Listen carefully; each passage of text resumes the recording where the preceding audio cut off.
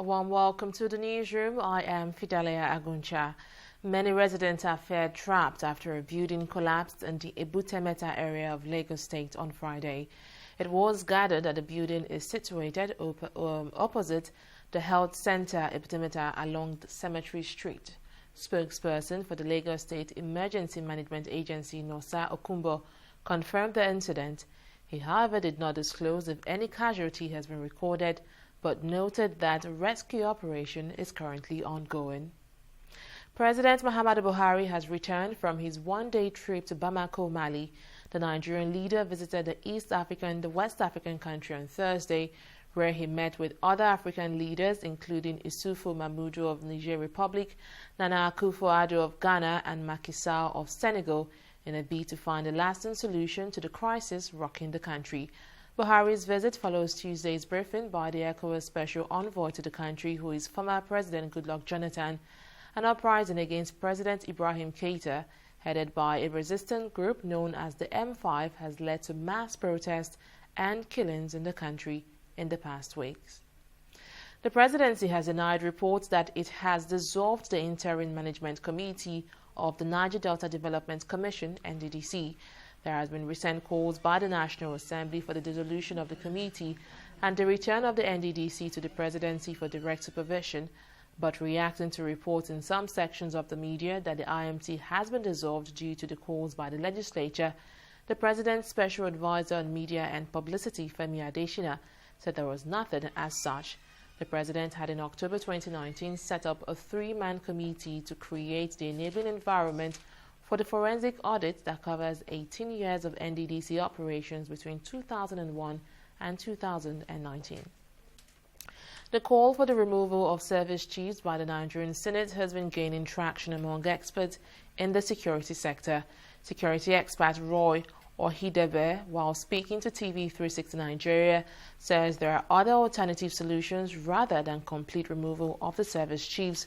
Ohidebe says there is a need to improve the motivations of the security forces, which would affect their response to the fight against insurgency.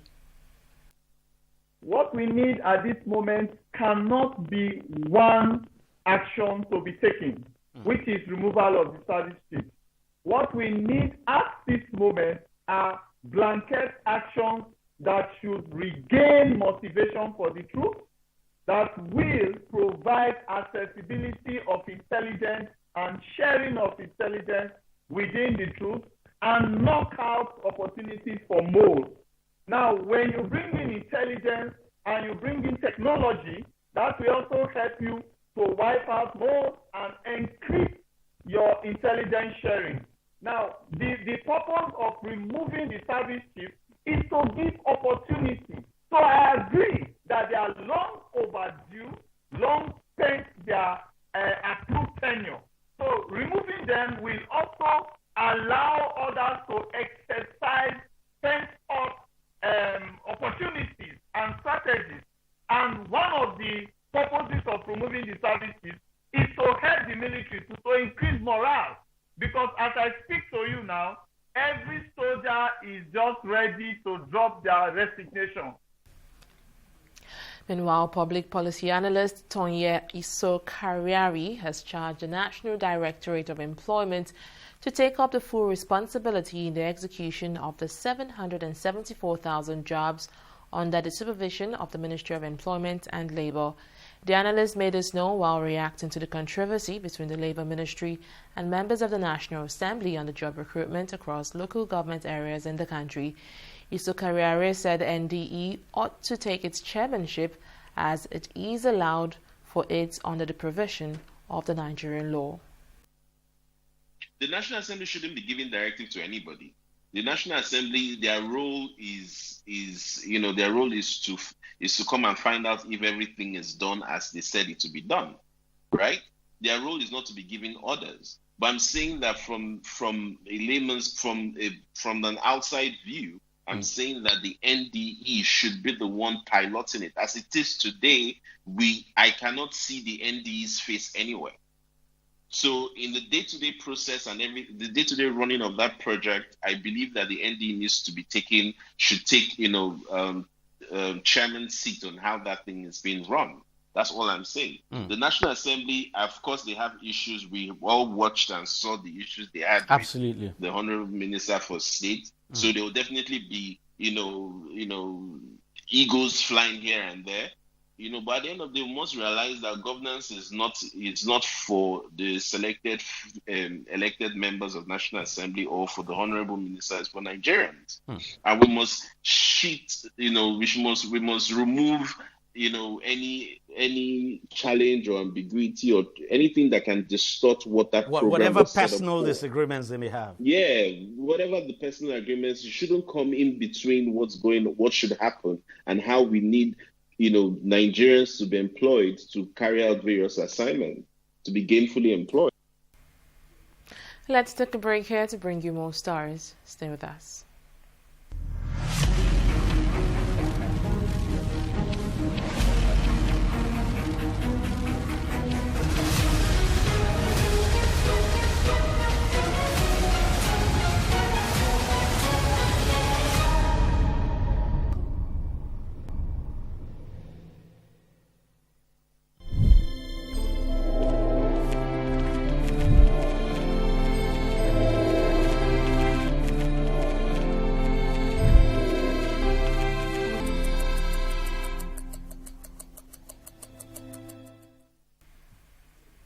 Welcome back. The federal government said Nigerian students may be asked to sit for the general certificate examination holding in November if the country fails to meet up with this year's timetable for the West African Secondary School Certificate Examination.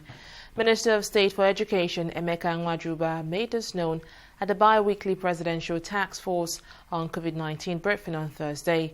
He explained that the shift may become necessary since the West Africa examination cannot be rescheduled for any reason. This is coming weeks after the Nigerian government reversed its earlier announcement on the resumption of schools. It also said no Nigerian school will take part in the West Africa examination scheduled for August 5th to November 5th, 2020. The government of Kwara State, Abdurrahman Abdurrazak, has announced the cancellation of the congregational prayers, which is part of the Eid al-Kabir celebration. He announced the decision after meeting with religious leaders in the state to deliberate on ways to curb the spread of COVID-19 during the celebration. Governor Razak stressed that the decision was born out of the unprecedented jump in the number of COVID-19 cases in the state. Eid al-Kabir, an annual religious festival celebrated by Muslims, has been slated for July 30, 2020. The state currently has 707 confirmed cases, out of which 449 are active. Over 10,000 health workers have been infected with COVID-19 in Africa so far. The World Health Organization said this on Thursday at a virtual media briefing. WHO Africa Region Director Mashidiso Moeti said one of the biggest challenges in protecting health workers has been the global shortage of personal protective equipment. There are over 769,000 confirmed COVID-19 cases in Africa, with more than 435,000 recoveries and 16,000 deaths. West Sahara recorded 4 cases of the coronavirus on Thursday, becoming the last country on the African continent to confirm the presence of COVID-19. The country is recognized by the African Union as its 55th member state, although Morocco claims it's part of its territory.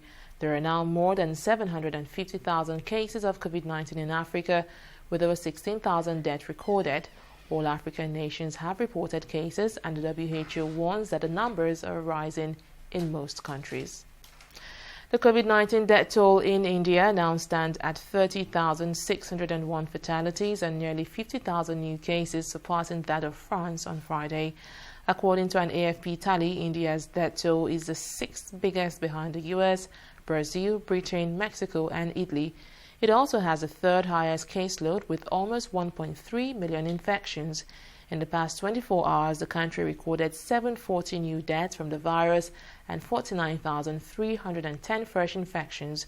But many experts say, with testing levels low, the extent of the pandemic across the world's second most populous country may be far worse than officially reported. Let's take a break here to bring you business stories and more.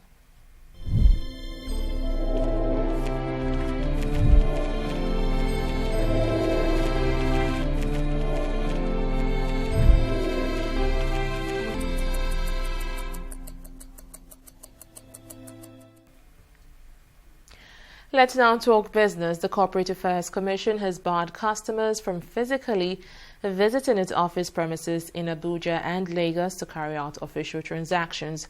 According to a public notice released through its verified Twitter account on Thursday, the CAC said customers would be required to send and receive documents from the Commission through designated courier companies from August 10th to August 31st.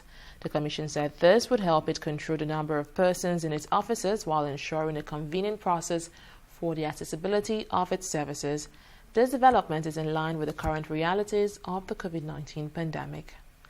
The United States is accusing Russia of test firing an anti-satellite weapon in space, warning that the threat against Washington's system was, quote, real, serious, and increasing. In a statement released on Thursday, the U.S. Space Command said it has evidence that Moscow conducted a non-destructive test of a space-based anti-satellite weapon on July 15. Commenting Friday on the accusation, Kremlin spokesperson Dmitry Peskov said Russia supports full demilitarization of space and not basing any type of weapon in space. Also reacting to the allegations, Russia's defense ministry said the satellite is meant to monitor the condition of Russian satellites in space. Burkina Faso star Aristide Barnes, one of the most colorful and popular footballers in Africa, has called time on his international career. He played 79 times for the Stallions and scored 24 goals in over 16 years while helping the national team of the West African state rise from obscurity to a regular top 10 ranking in the continent. Bank was part of the Burkinabe team that stunned Africa by reaching the 2013 Africa Cup of Nations final in South Africa, which they lost 1-0 to Nigeria. Now 35-year-old Barnes announced his retirement from international football this week after meeting with President of Burkina Faso, Marc Christian Kabore. And that's the latest from the newsroom at this hour. Thank you for watching.